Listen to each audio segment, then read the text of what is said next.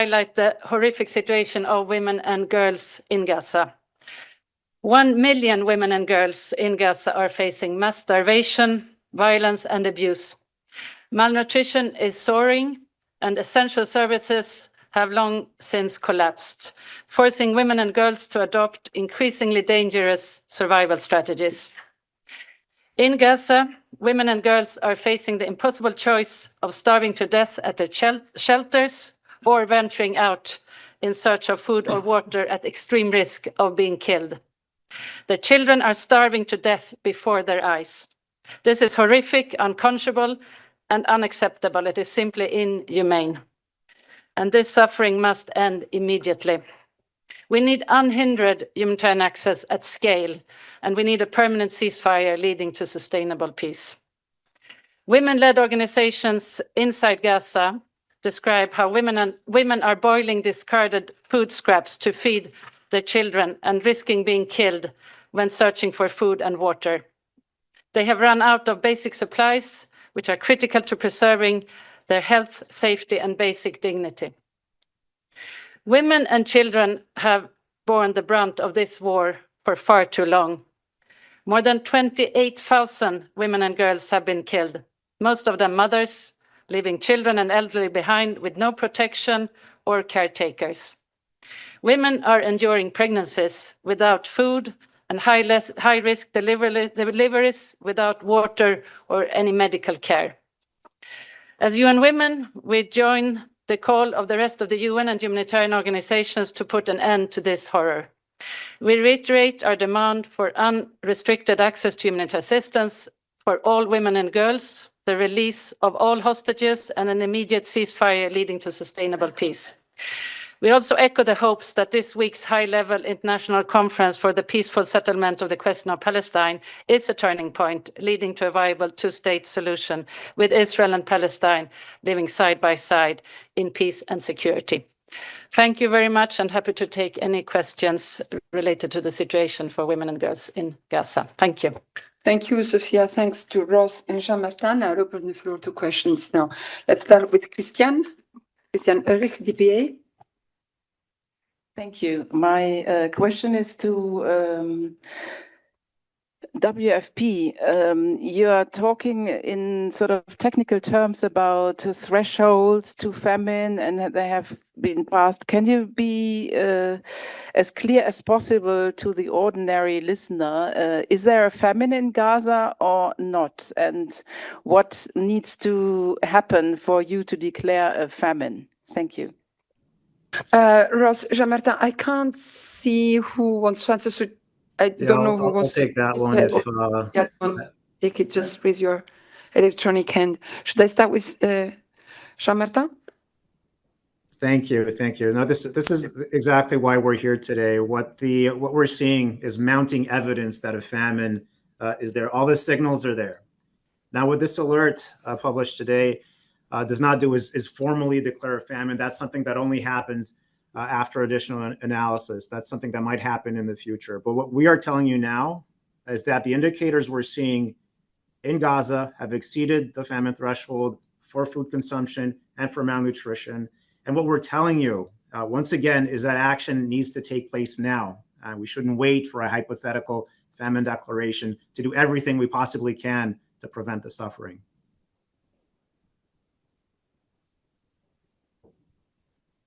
Sorry, thank you very much. And again, Ross, if you want, just show your hand. Okay, so let me go to Robin, our correspondent of AFP. Thank you again. I've got two questions for WFP. Firstly, if you had better access to the Gaza Strip to do the analysis that you need to do, is it possible that the situation that you're able to document might actually be worse than what you've managed to gather? And secondly, a lot of people in the general public might read this as a warning, but is it right to say that when you say a famine is unfolding, that shouldn't necessarily be read as a warning? It's more that a disaster has already happened. Thank you. Ross ou Jean-Martin? Ross. Yeah, thanks very much.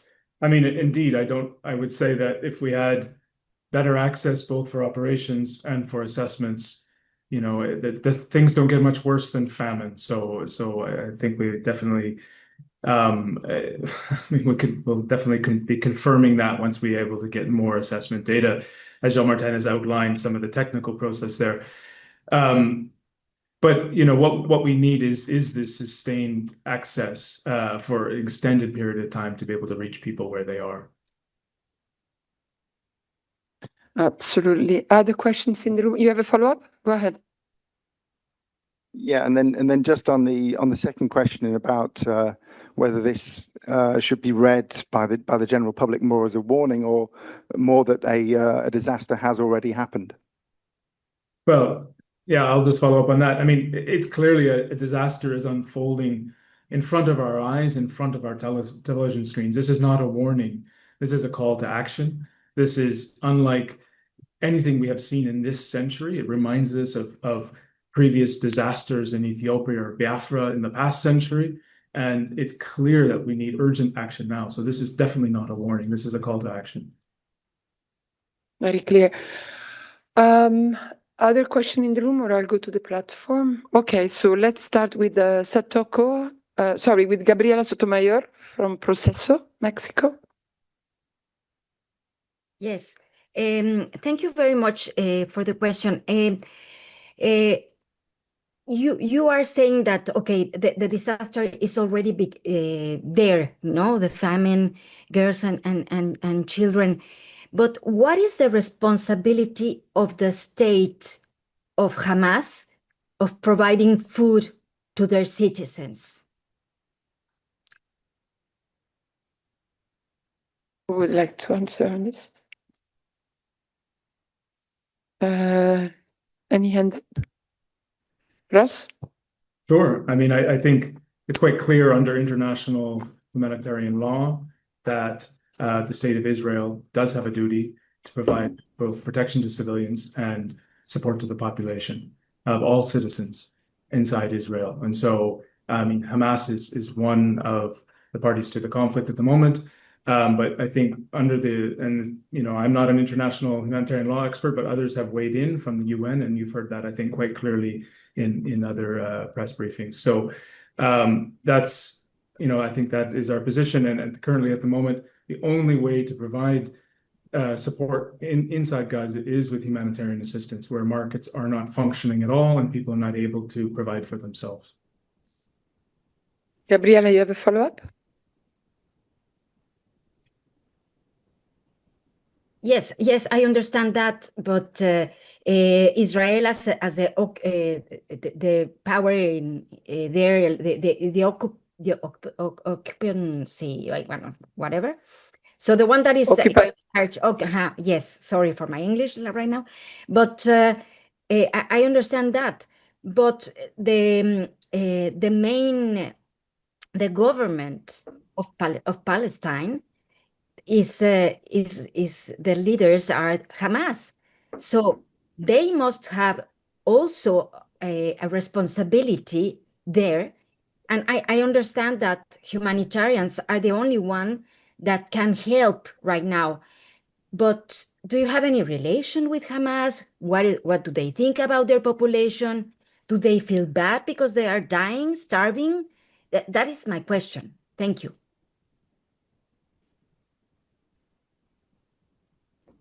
Go ahead. I can respond to that. I mean, I think what we're here today to present is this IPC alert on the state of the situation inside Gaza. And we know that, as I've said before, it's not a warning. It is an active and significant humanitarian catastrophe. We need all actors to come together to support this humanitarian action, including actors on the ground, to be able to allow us to have humanitarian access to reach people where they are. I won't comment on the views of Hamas. Of course, I wouldn't know those. And but our interest is actually reaching the people, the civilians, the vulnerable families in need, the women and children.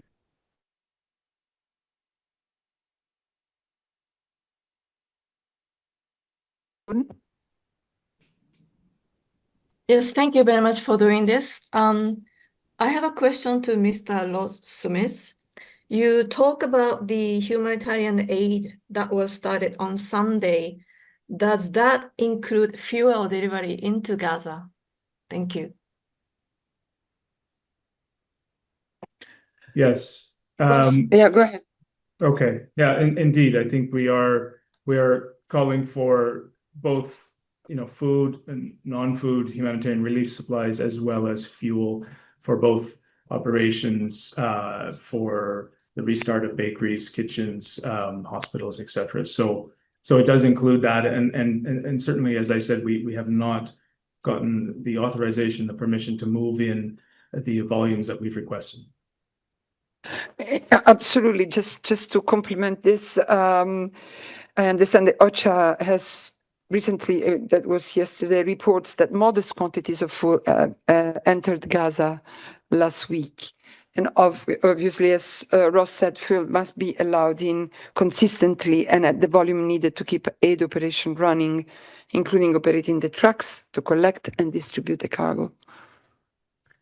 Satako, your hand is still up. Do you have a follow-up?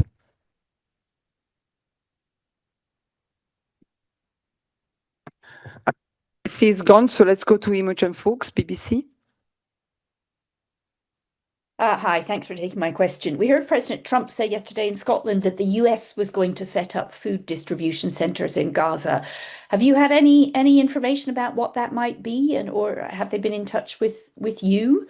Or are you able to say to the US, actually, the UN is there, we're experienced, we can do it?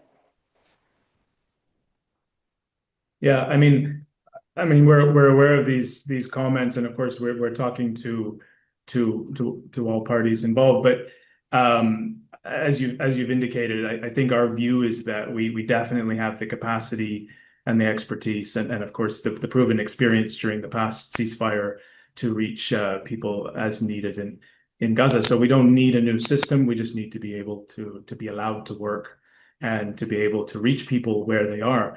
During the last ceasefire, WP alone was bringing in more than 200 trucks per day, operating in more than 400 distribution sites. And we know that we need a broad coverage. We need to reach people where they are, because many people are trapped in different locations. There are many vulnerabilities where they can't move. We need to restart bakeries and kitchens so they can have access to these sort of regular meals, as well as other nutrition support and other support. So just, I think we don't need a new system. We just need to be able to allow it to work. And we need to go beyond the rhetoric and beyond the words, and to see sustained action on the ground. And that's what we're calling for at this time. Thank you very much. Olivia Lepotvin, Reuters. Hi all, thank you. Just my first question is, this alert that we've had today from the IPC, what is it actually going to change materially? I can hear you are extremely concerned, but I mean, is your hope that this is going to put immediate action on governments to actually respond to your calls? Because I'm conscious this is, this crisis has been unfolding for months, and we have heard very similar and stark warnings from all agencies, both here on the call and beyond. I also have a question for the World Food Programme, but also other agencies, if they may. Could you just outline what you have actually been able to get in since Sunday? I understand yesterday that the World Food Programme got about 60 trucks in, which is short of the 100 truck target. Are we seeing the same picture today, and why are you not able to get as many trucks in as you would like? Thank you.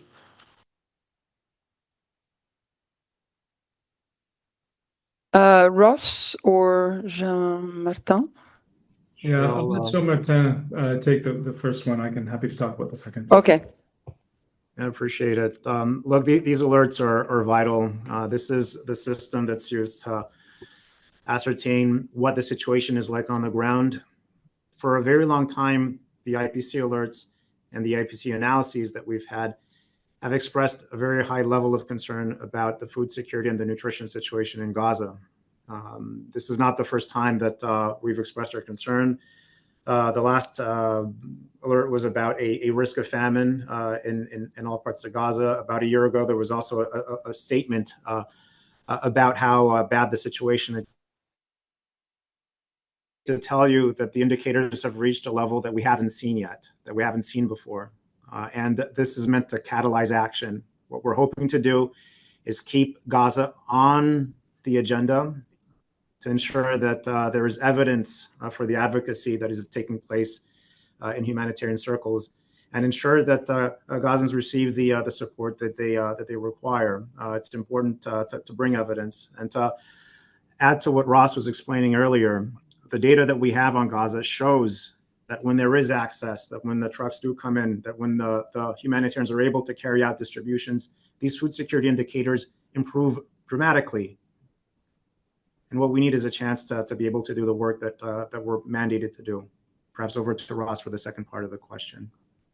Thanks, Martin. Thanks, Olivia, for the question. Just to say, we're getting about approximately 50% of what we're requesting into Gaza since these humanitarian pauses started on Sunday. And I outlined earlier some of the challenges we continue to experience.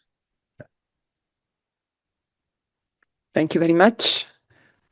Oh, yes, Robin, sorry. Yeah, thank you. Just a couple more questions.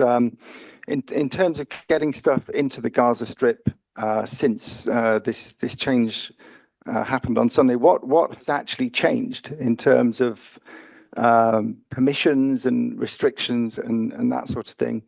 And secondly, on airdrops, some countries have been performing airdrops of aid over the Gaza Strip. Can you speak about how useful they are compared to getting the full sort of humanitarian convoys that you're used to getting in? Thank you. Yeah, on the airdrops, I don't know if you want to say something or I have an answer for that. Maybe I'll start with that, then I'll give you the floor. What we can see is that, of course, we have seen that airdrops have resumed 2 days ago in Gaza.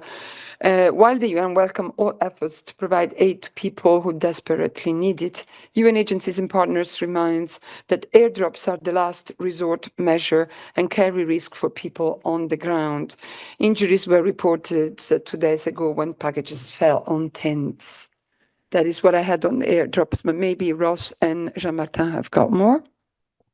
Sure. Yeah, thanks. Just to emphasize what you indicated on airdrops. I mean, certainly we have extensive experience in other operational contexts on airdrops, and it really is a last resort where there are no other logistics or transport options. In addition to being, far too expensive and inefficient, it just is not a practical solution in this context. It carries extreme risk for populations that are in a very dense population base in different parts of Gaza. And we've seen some of those reports of injuries already. So while I appreciate the symbolic nature of it, it is not a practical solution. And we do have that practical solution waiting, ready at the borders of Gaza, at the crossing points, and ready to move. Your first question on what has changed, I mean, I think we appreciate and we welcome these humanitarian pauses, and we would like to see the full spirit of them implemented all along, right down to the distribution point, so that we can move quickly and effectively.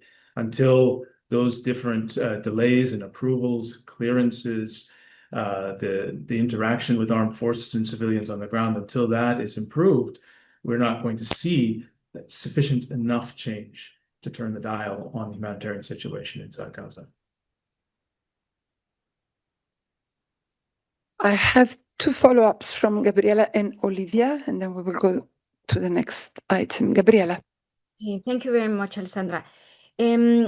So just to clarify, I would like to know how many convoys are needed daily to ensure that Palestinians have food and drinking water on a sustained basis. So this is not like a handout. So a week of humanitarian aid won't resolve the situation. So to prevent children from dying from hunger, women, what do you need every day in a sustained way?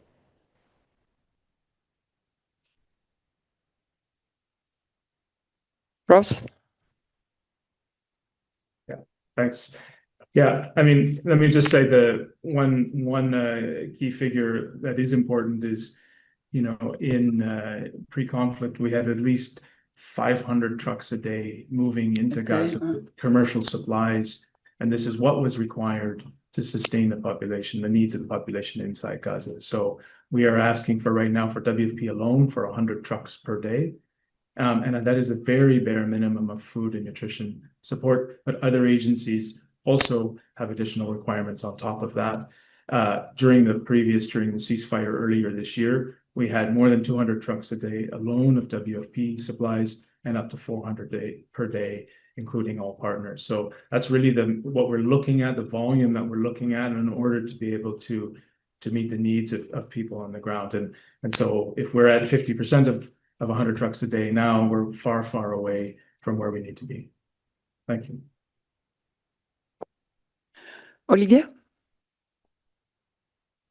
Thank you so much for coming back to me, and I do really appreciate the granular detail you're able to give us. I did just want to double check.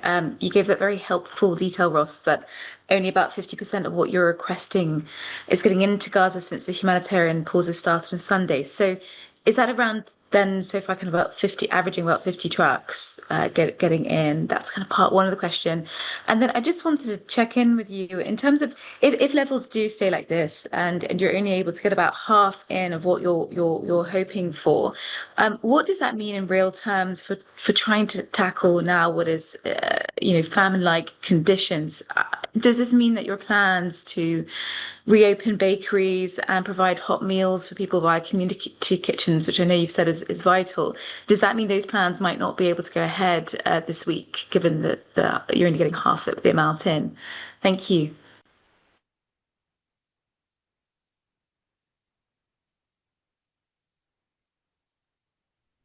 Yeah, thanks for the follow-up, Olivia. Indeed, that's what it means. I mean, we're not going to be able to address the needs of the population or the severity of the situation unless we can move in the volume that we need of humanitarian supplies. I think it's a very simple equation. And so if we're only able to move in half of that or we're not meeting what's required, the metric of success here is not the number of trucks. The metric of success is, are we able to alleviate the situation on the ground? Are we able to turn the dial on the state of severe acute malnutrition? Are we able to provide the food basket and to meet the needs of vulnerable households there? My colleague at the podium there talking about the needs of women and children. Are we able to address the situation? That's the metric of success. It's not the number of trucks, although that is an important part of the process. Thanks. Thank you very much.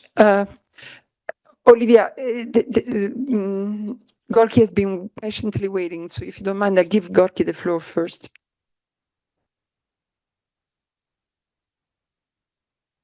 Gorky, vous avez la parole, mais il faut enlever il faut unmute. Bonjour. Voilà, on vous entend. Merci beaucoup, Alessandra. Et porte-parole qui nous briefe. J'ai deux questions. La première, ce sera à vous, Alessandra, pour envoyer à New York.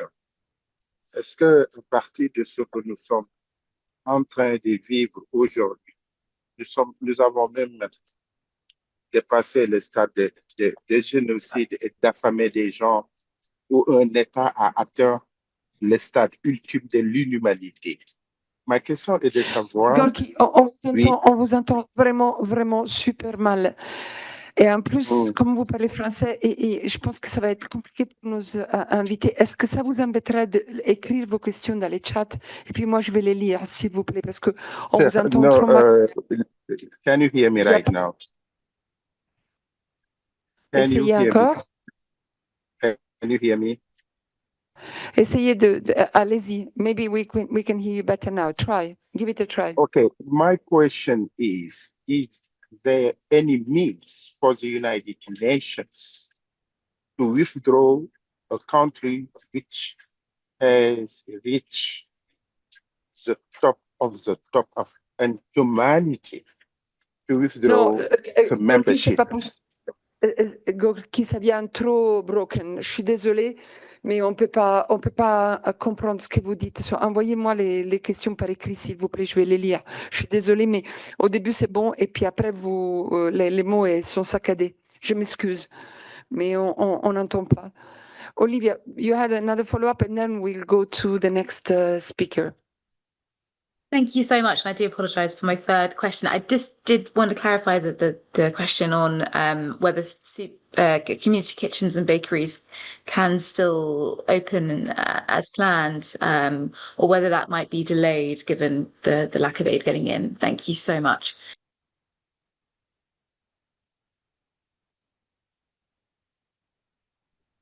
Thank you, Olivia. We don't yet have sufficient stocks nor permission to open those bakeries and kitchens, and we are asking for that. Merci beaucoup. Thank you very much. So I'd like to, do you want to add anything, Sophia, before we close the subject? Your mic.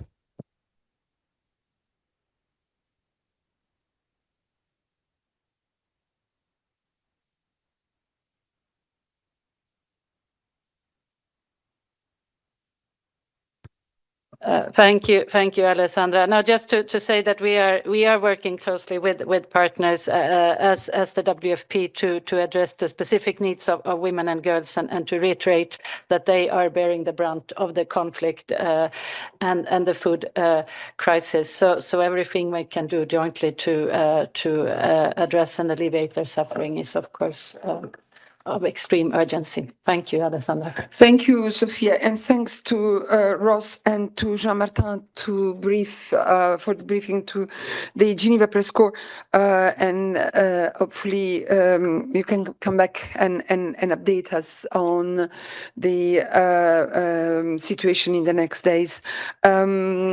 Thanks, and thanks, Sophia. Let me now go with UNEP to the next item on our list.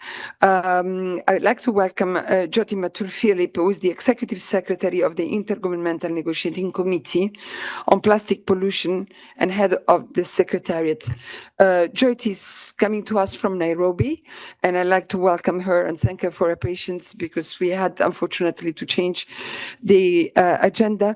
And she's here to tell us about the Intergovernmental Negotiating Committee process and structure. As you know, the committee is meeting in Geneva from the 5th of August for 2 weeks. And so Jyoti is going to give you a little bit more information on this very important meeting that we're very happy to host at the Palais. Jyoti, you have the floor. Thank you so much. Good afternoon from Nairobi, everyone. And of course, for those joining us from other parts of the world, good morning and good evening. Today, I wish to provide you with background on the INC process, highlight a few key milestones, and then outline the structure of the second part of the 5th session, INC 5.2 for short, which will be held from Tuesday, 5th of August, through Thursday, 14th of August at the Palais des Nations, as Alessandra just said. We are at this moment because in 2022, at the UN Environment Assembly, member states adopted a resolution called 514, which convened the Intergovernmental Negotiating Committee to develop an international legally binding instrument on plastic pollution, including in the marine environment. The resolution's mandate calls for a comprehensive approach that addresses the life cycle of plastic, including its production, design, and disposal. Pursuant to the resolution, the INC began its work in 2022, and it has been a very busy time since then. 5 negotiation sessions have already taken place. The first INC 1 took place in Uruguay in November 2022. 2 more followed in 2023 in France and Kenya. In April 2024, we convened again in Canada. And most recently, INC 5.1, the first part of the 5th session, was held in Busan, Republic of Korea, at the end of last year. At the end of INC 5.1, the committee adjourned and agreed to resume for a second session for the second part, INC 5.2, now before us, under the leadership of the chair of the committee, Ambassador Luis Valles Valdivieso of Ecuador. Before adjourning, the committee also agreed that the chair's text, which was released on 1st of December and available on the INC website, would serve as the starting point for negotiations. In the lead up to INC 5.2, the chair of the INC has convened informal in-person and online heads of delegation meetings, which provided important opportunities for members to engage ahead of the resumed session. Also, the INC Secretariat facilitated opportunities for the members to conduct informal discussions to advance consultations with a series of regional consultations held in June and July across all UN regions. The last of these consultations will be by the Group of Eastern European States on 3rd of August in Geneva. We are all aware of the severity of the plastic pollution crisis. In 2024 alone, humanity was projected to consume over 500 million tons of plastic in 2024 alone. Of this, 399 million tons will become waste. Plastic leakage into the environment is predicted to grow 50% by 2040. The cost of damages from plastic pollution could rise as high as a cumulative $281 trillion between 2016 and 2040. And health risks from plastic pollution are becoming clearer, especially due to microplastics. It is easy to do the math. We are facing an environmental crisis, and urgent action is needed now, with a treaty fit for purpose matching the scale of the problem. And this is not just an environmental crisis, it is a crisis for communities, economies, and future generations, and it spans across multiple sectors. As we look ahead to INC 5.2, this is a member-led process, with the committee consisting of all UN members, plus members of UN specialized agencies. Their delegations will convene on Tuesday, 5th August, alongside participants from accredited observer organizations for the opening plenary at 10 a.m. in the Assembly Hall, chaired by the chair of the committee.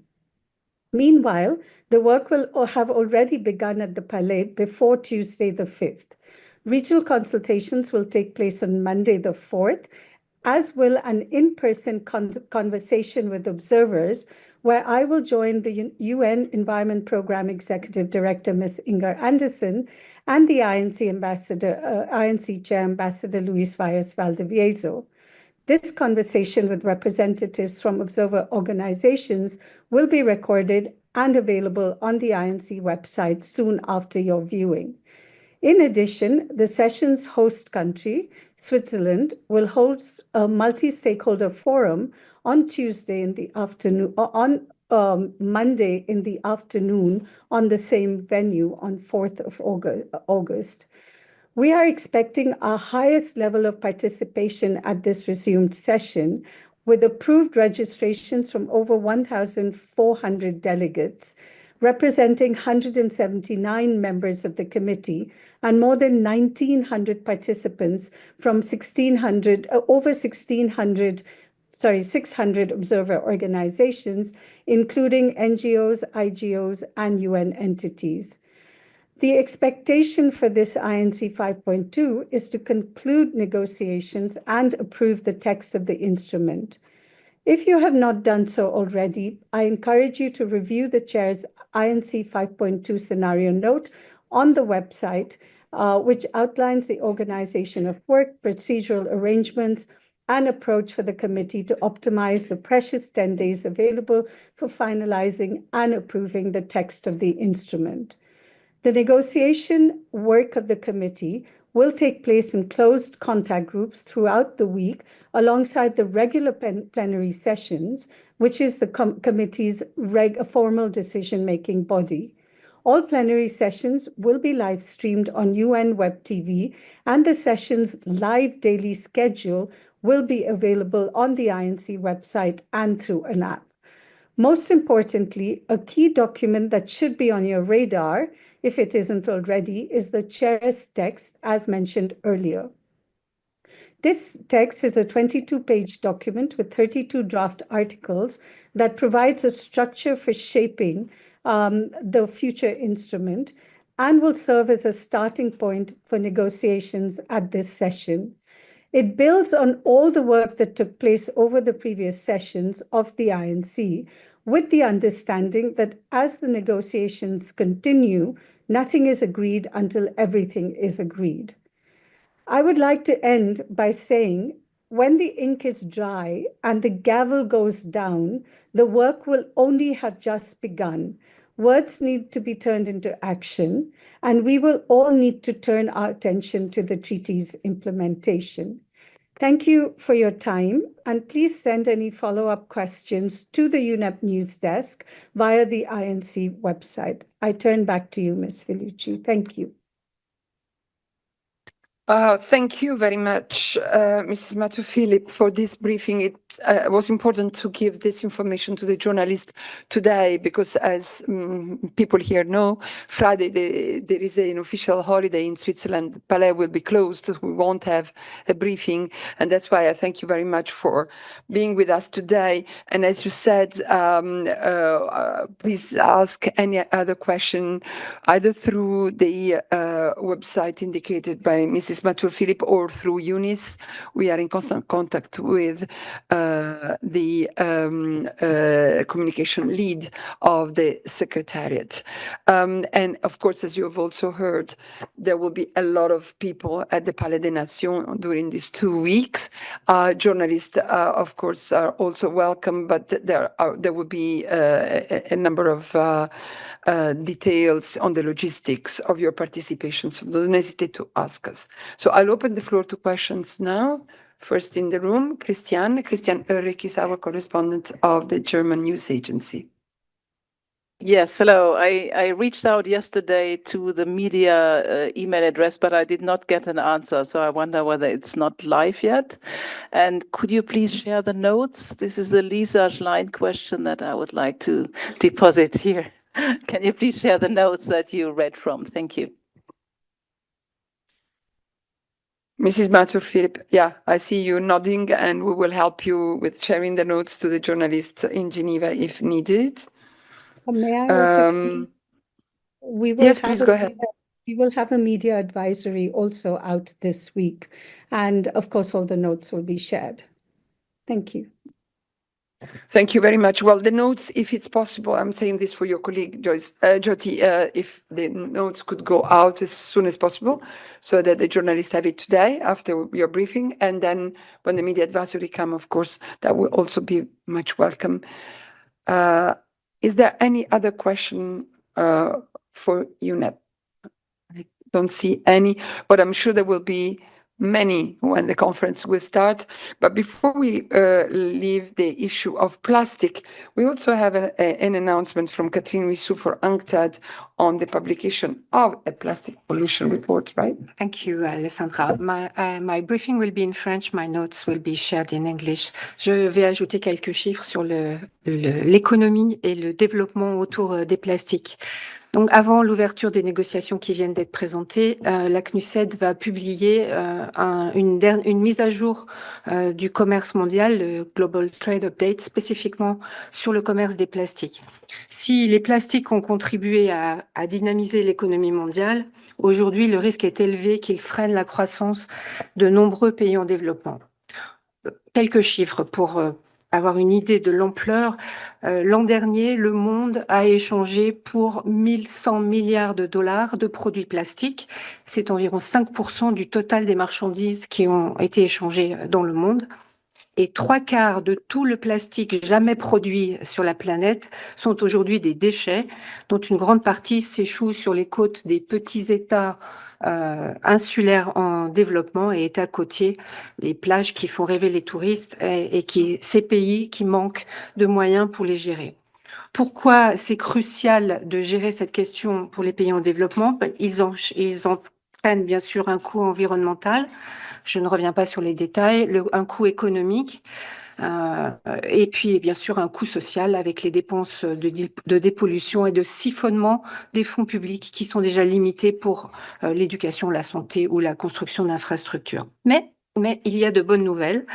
Le plastique n'est plus fantastique, mais le document que nous allons publier montre que le marché mondial des substituts au plastique pèse aujourd'hui 485 milliards de dollars annuels et croît de 5,6% par an dans les économies en développement. Il y a donc là un véritable levier pour, avec de bonnes politiques commerciales, permettre à ces pays d'intégrer des nouvelles chaînes de valeur, de transformer des résidus agricoles, par exemple, en emballage compostable, mais il y a beaucoup d'autres produits concernés par l'usage des ressources naturelles pour remplacer le plastique. Plusieurs options politiques sont décrites dans le document, comme réaligner les tarifs. Les tarifs appliqués au plastique sont inférieurs aux tarifs appliqués aux substituts du plastique, par exemple. L'investissement dans les infrastructures circulaires, il s'agit de collecter, recycler, réparer, et il faut trouver des fonds pour cela. Exploiter les outils numériques également pour permettre de tracer les produits, aider les douanes et les petites entreprises à respecter les normes de durabilité à des coûts moindres et bien sûr créer des disciplines commerciales avec ce futur traité mondial sur les plastiques en cohérence avec les règles de l'OMC, la Convention de Bâle et les accords climatiques. Le message de ce nouveau document qui sera publié demain, peut-être en fin de journée, mais en tout cas d'ici demain, le message est simple. Le commerce doit faire partie de la solution et non être la source du problème.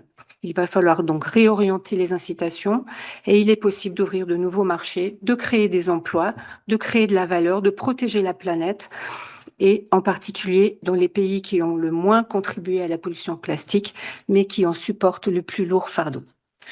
Voilà, c'est un document qui est assez court. Hein, le Global Trade Update ne fait pas 100 pages, donc il vous sera communiqué dès que terminé, ce qui ne saurait tarder. Et bien sûr, nous sommes à votre disposition pour en détailler les recommandations. Merci. Merci beaucoup, Catherine. Ça sera une bonne introduction à la négociation qui va commencer à Genève en début du mois d'août. Et pour ceux qui ne sont pas connectés et qui sont dans la salle, les Media Queries email address for the negotiating committee is unep-inkplastic.media@un.org. We will send it to you. There will be also the indication in the media advisory. And now, we thank you very much, Catherine. We come to our last, but definitely not least speaker, who's Claire Nulis for WMO. And I'll ask Rolando to replace me on the podium as I have to rush to another meeting. Claire, welcome. You're also, of course, speaking about weather and climate extremes. It's not plastic, but it sort of, it all relates to it. So I'll give you the floor and let Rolando take my place on the podium. Thank you very much. Yes, thanks, Alessandra. Yes, it all relates to the environment and our wonderful planet. Yes, good morning, everybody.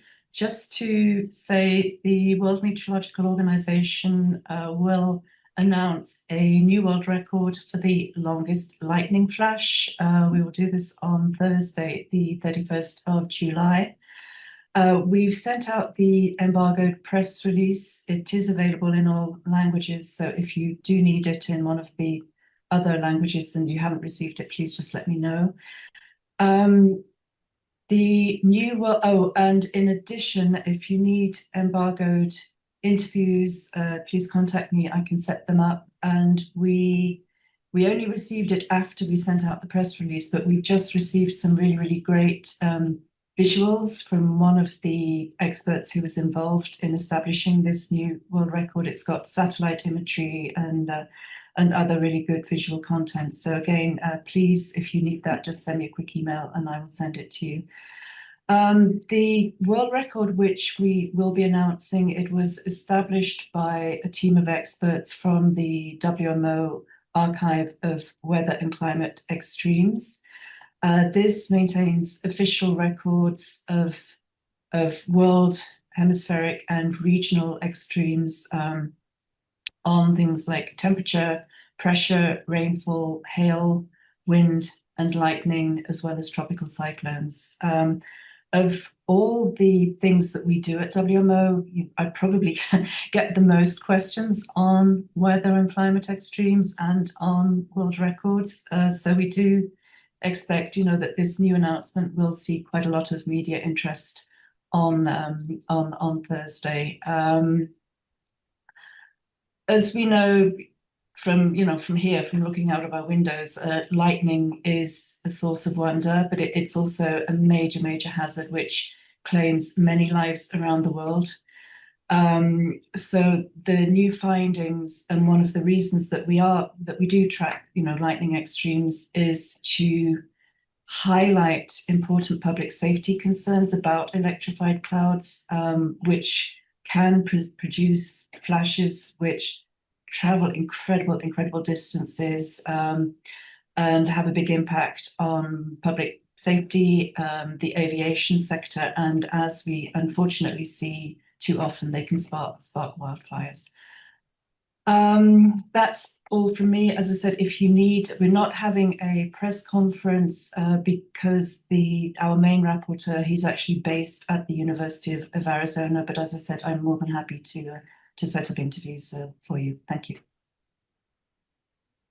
Thanks to you, Claire. Hello, and thanks again very much for that very comprehensive brief. We do have a question for you from Antonio of FA. Antonio. Thank you, Rolando. I read the press release. It's an amazing record, but I wonder if the ray touched the land and if it did have an effect on the land, if it touched it. If not, I wonder, these extremely long rays are more powerful and can be more dangerous than the normal rays. Thank you. Yeah, I mean, this is all sort of embargo, so I don't want to say too much in case of breaking the embargo.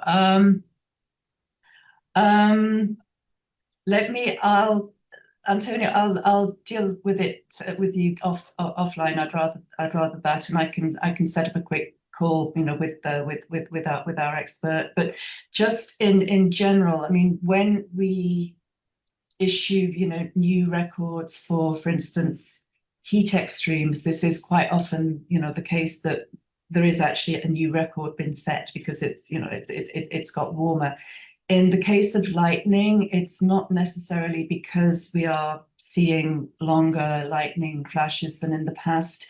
It's because, satellite imagery is allowing us to see them and to measure them much better. But for your other questions, I can answer them offline. Well noted. Thank you very much, Claire. I'm certainly interested in this report coming out Thursday, so thanks very much for the heads up. I think that does it for questions, unless there's a last look in the room. Online, nothing here. So thanks once again, Claire, and good luck with that launch this coming Thursday. Colleagues, I have the easiest job because I have no announcements. I just came here momentarily to say hello, and I think the briefing's over. So see you here Tuesday, this coming Friday, once again, the 1st of August. It's a national holiday, so we won't have the briefing. I would like to thank all our briefers once again, and thanks to you for your attention, and see you here on Tuesday. And good luck with covering these upcoming conferences this week and next. Bye-bye.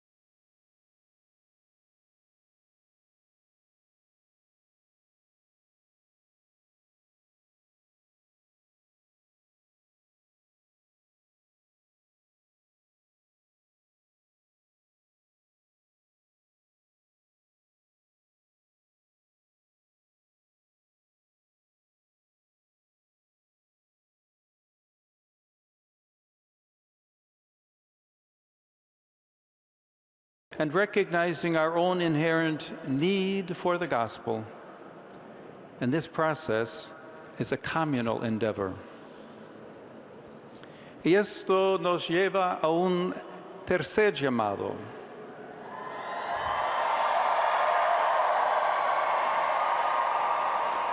Y con eso hago un llamado a todos ustedes que vayan a reparar las redes. Jesús llamó a sus primeros apóstoles mientras reparaban sus redes de pescadores. También nos lo pide a nosotros. Es más, nos pide hoy construir otras redes, redes de relaciones, redes de amor, redes de intercambio gratuito, en las que la amistad sea auténtica y sea profunda. Redes donde se pueda reparar lo que ha sido roto, donde se pueda poner remedio a la soledad, sin importar el número de los seguidores, los followers, sino experimentando en cada encuentro la grandeza infinita del amor. Redes que abren espacio al otro, más que a sí mismos, donde ninguna burbuja de filtros pueda apagar la voz de los más débiles. Redes que liberen, redes que salven, redes que nos hagan redescubrir la belleza de mirarnos a los ojos. Redes de verdad. De este modo, cada historia de bien compartido será el nudo de una única e inmensa red, la red de redes, la red de Dios. Sean entonces ustedes agentes de comunión, capaces de romper la lógica de la división y de la polarización, del individualismo, del egocentrismo.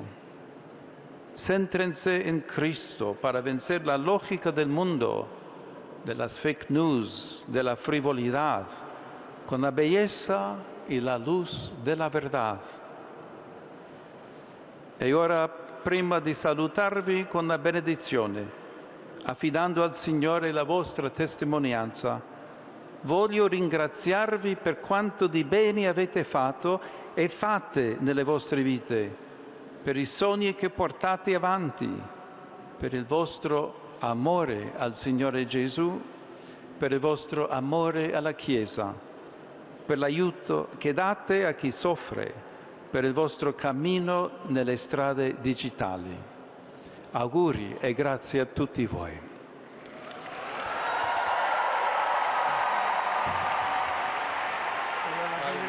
Solo la benedizione, l'hanno già detto il Padre.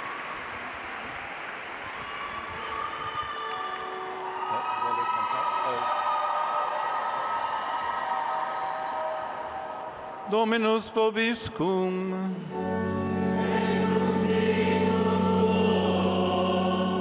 Sit nomen Domini benedictum.